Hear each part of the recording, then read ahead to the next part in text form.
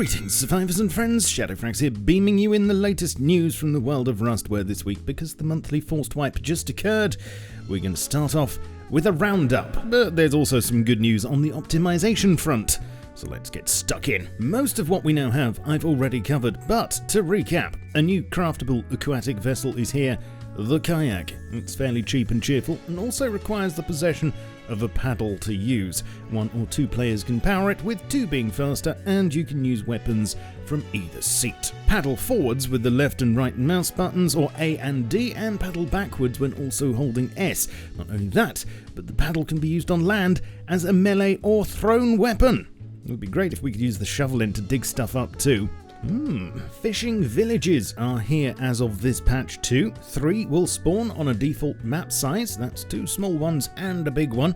You'll find them on Happis Island too, and the vendors seem to only like reggae music. They're safe zones, which means no aggressive shenanigans, and this is the only place you'll now be able to get motorboats and rahibs, as they won't spawn in the wild anymore. They cost 200 and 400 scrap respectively, and the shop also sells kayaks, paddles and scuba gear. Apparently we'll see more NPC villages like this in future, probably meaning that horses will be behind a scrap wall too.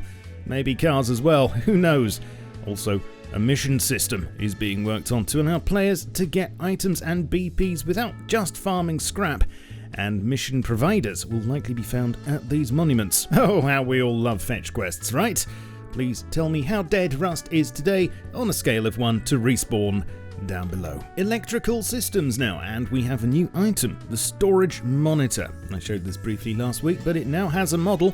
You can attach it to either a tool cupboard or a large wooden box, and it can be paired with your Rust Plus app to remotely show your upkeep and keep tabs on what's in each container you have one attached to. You can buy these at the compound for 75 scrap, they can be researched for 75 scrap too, and crafted at a level 1 workbench for 3 HQ and 1 tech trash each. They require a small amount of power to work, but can also be hooked up to alarms, etc., as they will send out a pulse whenever an item is added or removed. In other electrical changes, door controllers now have a pass-through, searchlights are now electrical items, and reactive targets can be powered, although this is optional. They have 3 outputs and an input. That's power in, power out, lower, and reset. Vehicle cockpits now have windscreens, which grant additional protection.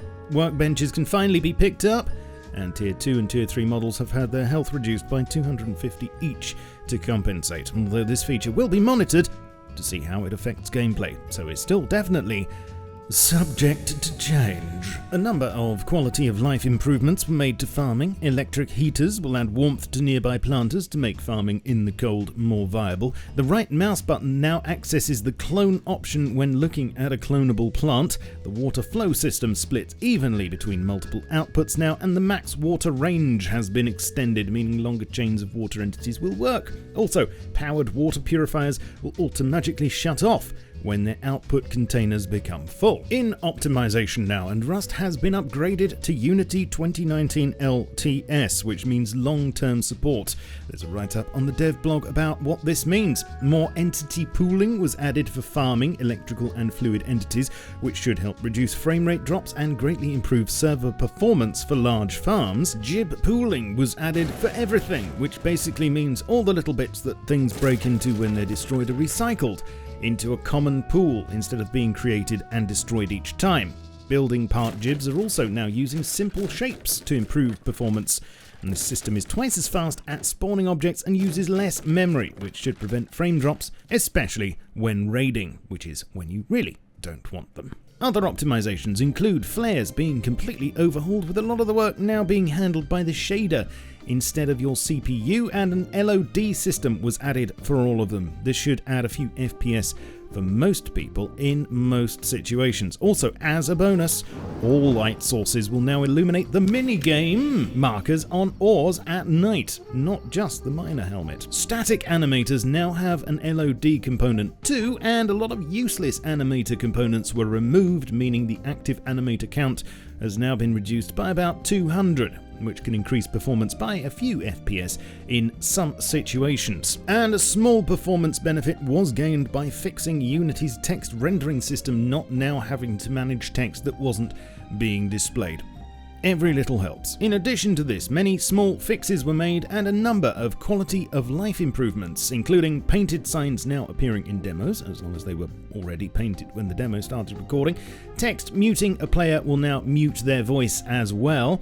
Drinking tea now also hydrates. Teammates should now be able to mount newly purchased vehicles in a safe zone, and a new console command, world.renderMap, will render a high-res PNG of the map that you're currently on, although I don't think it's live just yet on staging. At least I haven't been able to get it to work, but it will be jolly handy when it does. And now to works in progress, where time is still being put into the voice props branch, whatever that turns out to be, and the new weather system that's being worked on looks like it'll include lightning and storms. Shocking. Let me know in the comments below what you think to this month's patch, and whether you've noticed any performance boosts yet. Leave me a like and sub to the channel if you enjoyed, and join me on Twitch for weekly streams, and Twitter, Facebook, Discord, and my Steam group to stay updated on my latest content. Links are down below. Thank you to my patrons for their continued support, and I shall catch you all soon, but in the meantime, keep calm and stay rusty. Cheerio.